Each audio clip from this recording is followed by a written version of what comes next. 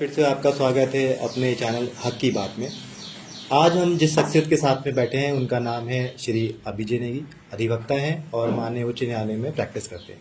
किसी परिचय के मोहताज नहीं है और फिर भी मैं उनका एक शॉर्ट में आपको परिचय देता हूँ। कई बड़े केसेस में उनका नाम रहा है, जैसे अभी हाल फिलहाल में पंचायत चुनाव से संबंधित हो, वन विभाग के हॉफ की पोस्ट से संबंधित हो, या आपके कॉर्बेट टाइगर रिजर्व के डायरेक्टर की नियुक्ति से संबंधित हो।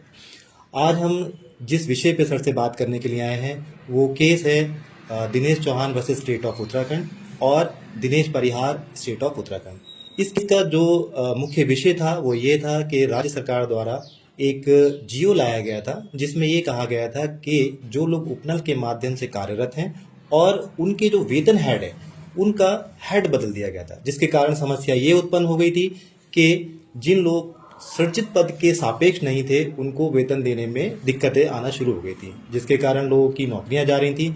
और इन सारी समस्याओं को लेकर जब हम सर के पास आए तो उन्होंने बड़ी प्रखरता के साथ में और बुद्धिमत्ता के साथ में इस केस को लड़ा।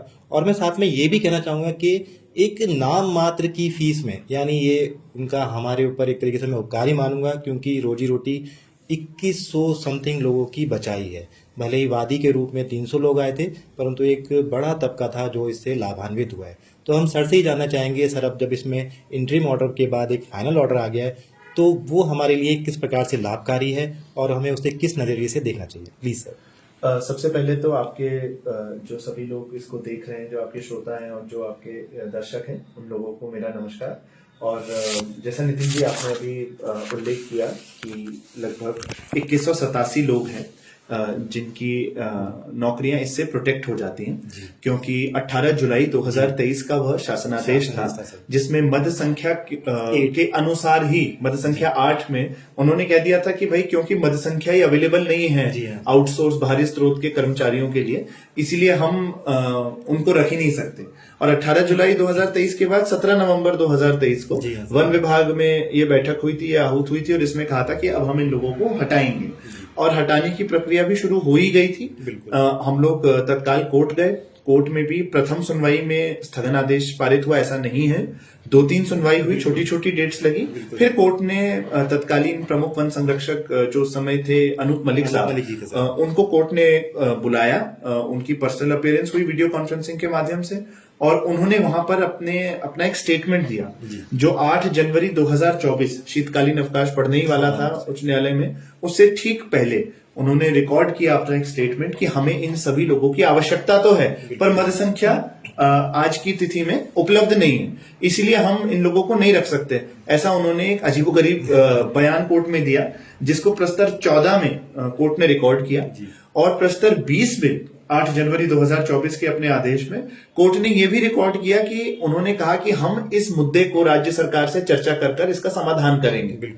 तो अब आप देखिए कि स्थगन आदेश पारित हुआ, सब लोग नौकरी करते रहे, जैसा आपने कहा लगभग 200-300 लोग कोर्ट आए थे हमारे माध्यम से। फिर आप देखेंगे जब फाइनल ऑर्डर आया है अब कुछ दिन पहले, इसमें लगभग 10 याचिकाएं जुड़ गई। अच्छा, कई लोग इसमें अपनी अपनी याचिकाएं लेकर आ गए, कई अन्य लोग भी आ गए, तो सबको स्टे ऑर्डर वही मिलता रहा, इंटरिम प्रोटेक्शन। और लोगों को भी लाभ इसमें मिला ही है सर जी, और लोगों को भी लाभ मिला है, और सरकार ने भी कहीं ना कहीं जो हाईकोर्ट का ऑर्डर था उसके बाद लोगों को नहीं छेड़ा, वन विभाग में एटलीस्ट। और जब ये फाइनल जजमेंट की तरफ बढ़ रहा था तो समस्या ये हुई कि ना उत्तराखंड शासन से ना वन विभाग से एक प्रतिशपथ पत्र भी दाखिल किया जा सका।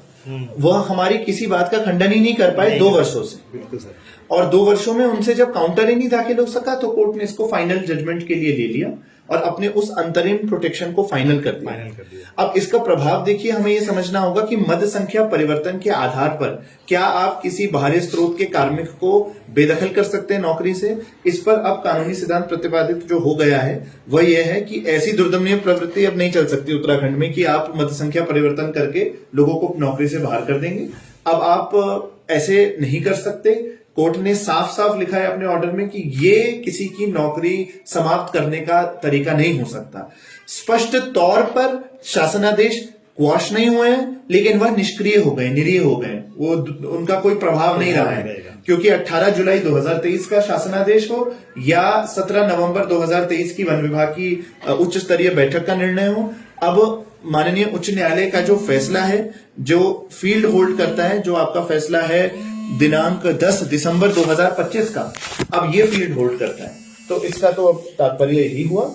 और अगर उसमें एक अन्य शब्द भी लिखा है, if work and post is available, इससे आपको यह समझना होगा कि जरूरी नहीं है कि सृजन पद ही अवेलेबल हो।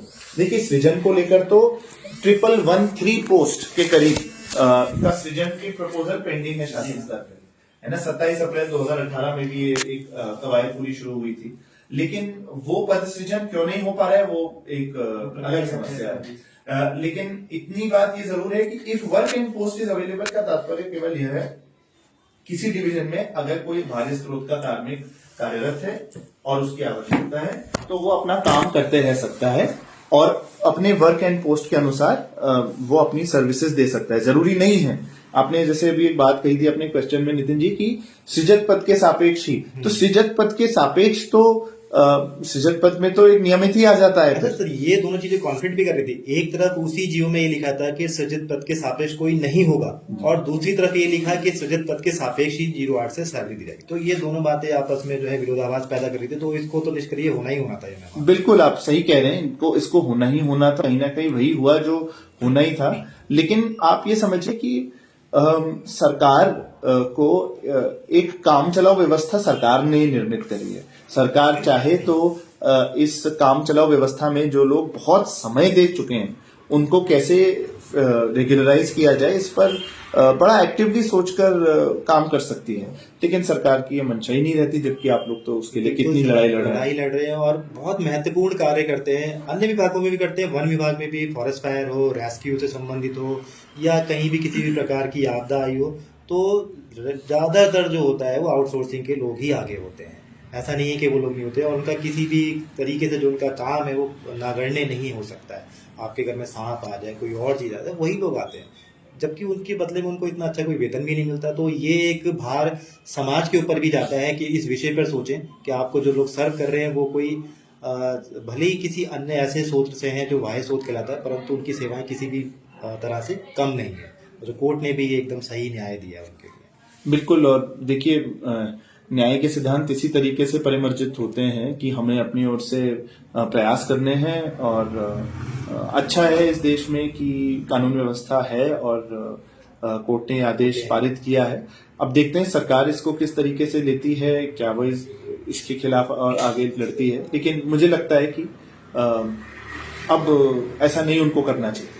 बहुत बहुत धन्यवाद सर। और मैं ये कहना चाहूँगा, सर ने बहुत ही अच्छी तरीके से सभी को इस अपने माध्यम से ब्रीफ कर दिया है। अगर मैं एक सीधी शब्द में बताता हूँ कि वन विभाग के अंतर्गत जितने भी कर्मचारी हैं जो आउटसोर्सिंग के माध्यम से, उन्हें डरने की आवश्यकता नहीं है।